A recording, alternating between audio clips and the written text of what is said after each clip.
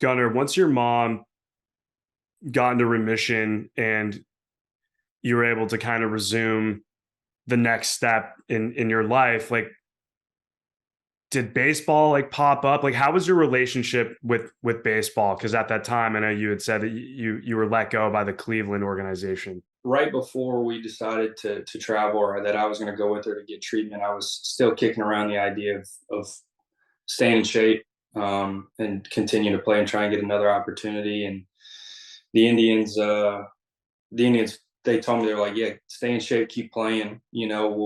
We'll sign you back when all this gets to normal. And like I said, obviously the COVID ran its course for I think a way longer time than everybody expected. And so I just got to the point, man, where I was about to turn 25, I believe. I had really no professional baseball experience. Obviously had injuries, had other things, and just felt like it was time. I always promised myself I wouldn't just play to play.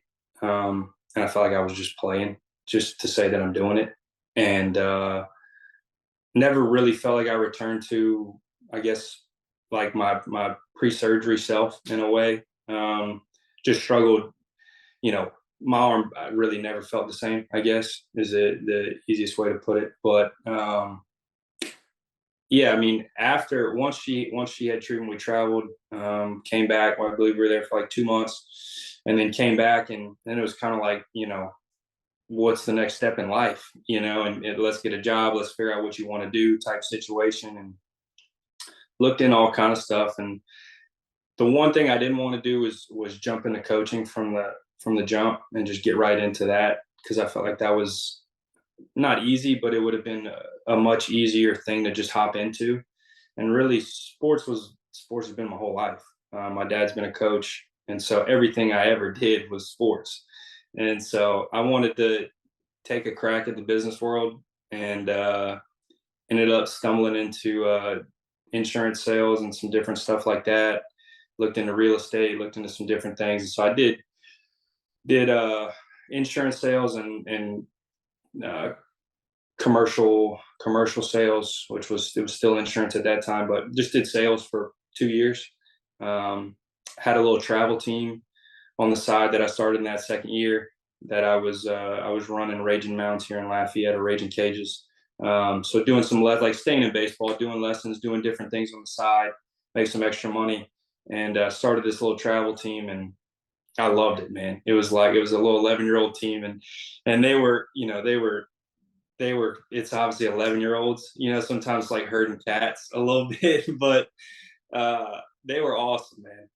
And we had such a blast, and me and my buddy coached them, and had a really good job at the time, with the White Andrews Insurance, who's now Hub in Lafayette, and worked for some great people, and just still wasn't happy for whatever reason, or just it felt like I wasn't doing what I was supposed to be doing.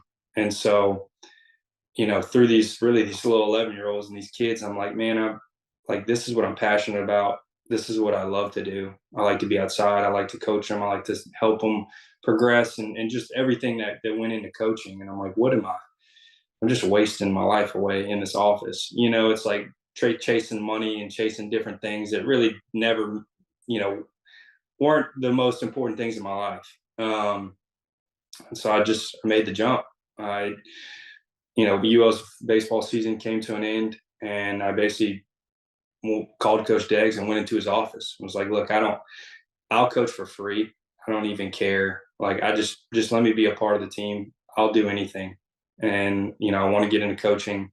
And it honestly started like, hey, I was going to look really anywhere in the country. If there was any opportunity, somebody would give me a chance. And then, some people moved around within the UL staff, and really just got lucky. Back to timing, man. Like it happened. And got hired on as in the analytics role, because Carter Montrath had stepped away to go work for his dad. And then a couple months later, Coach Wells ended up stepping away, to pursue another career, in a different field. And then, the whole deck shuffles again, got promoted to pitching coach.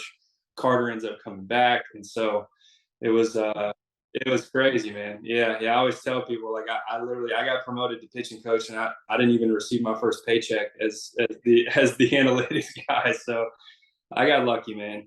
I got lucky, and Coach Deggs has been great, and like I said, right where I'm supposed to be. What does it mean to you to come back to your alma mater to serve and help the next wave of Ragin Cajun pitchers? Everything, man. This place is extremely personal to me. Which is obviously because I played here, but obviously with my relationship with Coach Robe and the whole Robichaux family, and then Coach Deggs recruited me here. Coach Deggs is the one that actually offered me before he left, which not very many people know. I probably shouldn't say this. Cajun Nation may be mad at me for saying this, but I actually was trying to go with Coach Deggs to Sam Houston. Like I was like kicking around that idea because I wanted to play both. I wanted to pitch and hit, and he recruited me, and I'm like, I'm coming. I'm coming with you. And he's like, no, you're not. So, which thank God he told me no. But no, man, it's awesome. It's obviously this place has taken um, steps forward with the stadium, the new turf. The football stadium is going up, a new football, $90 million football stadium. I'm sorry, $70 million football stadium, and then we have renderings for a $10 million clubhouse and all kinds of stuff. So just to see it progress and be a part of it and help it move forward and you know I'm not Tony Robichaux by any stretch of the imagination, but just continue his legacy and the things that he taught me and pass it on. And again, the things that he taught me, led to my career being what it was. And my career took me all over the place, and I got to learn from some of the best minds of baseball. And I'm very fortunate for that. So just being able to pass that on, and use my story and my experiences and the ups and the downs and the good decisions and the bad decisions to help these guys, reach their goals. That's unreal, dude. I mean, again, like I know you say like you've kicked around the word lucky a lot, dude. I don't think it's all luck, man. Like I really don't. I think, and again, just from my own perspective, I think you put yourself in a lot of great positions. I mean, if you think about this, like your baseball career is coming to an end and you're deciding to pivot, I think the gut instinct is to jump, like you had talked about, like jump right into coaching or kind of jump right back into another role within the sport that you've Yeah, dedicated your something entire comfortable. life to. Something comfortable, yeah. But this, you took space, man. Like you kind of allowed that space, and like look what that did. And like I'm like a pretty like spiritual dude like these days, but I don't know. I think about those like small decisions like that. You're able to recalibrate, maybe kind of go through the grieving process, and then boom, here we are. After a couple of years, you put your name in the hat, and then pitching coach. Like I don't, again, when I connect the dots in my head, I just don't see that as luck. I just see that as you putting yourself in a really great position, whether you knew it at the time or not. Yeah, yeah.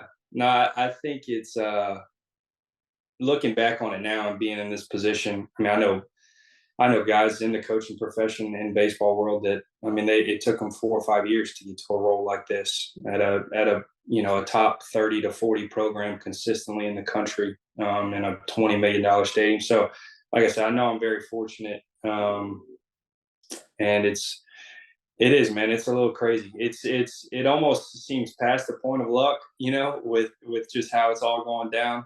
I guess lucky is the term I'm using, but it's it's pretty wild, man. So it's like I said, I definitely, the back to the kind of the space thing that you had mentioned. I think it's kind of the 3 or 4 years that led up to that really allowed me to even be able to take that space, kind of handling and dealing with the things that I dealt with prior to that. I don't know if that I would have taken the space, because it was my whole life. It was kind of like my identity in a way, and I didn't even know it. Baseball, I'm saying, and so I probably would have just jumped into it had I not, had to deal with some of the other things that I dealt with. And so, and again, Coach Rowe was a big part of me kind of managing that and dealing with that, and a lot of closed door meetings, just me and him in his office, me trying to figure out life, basically.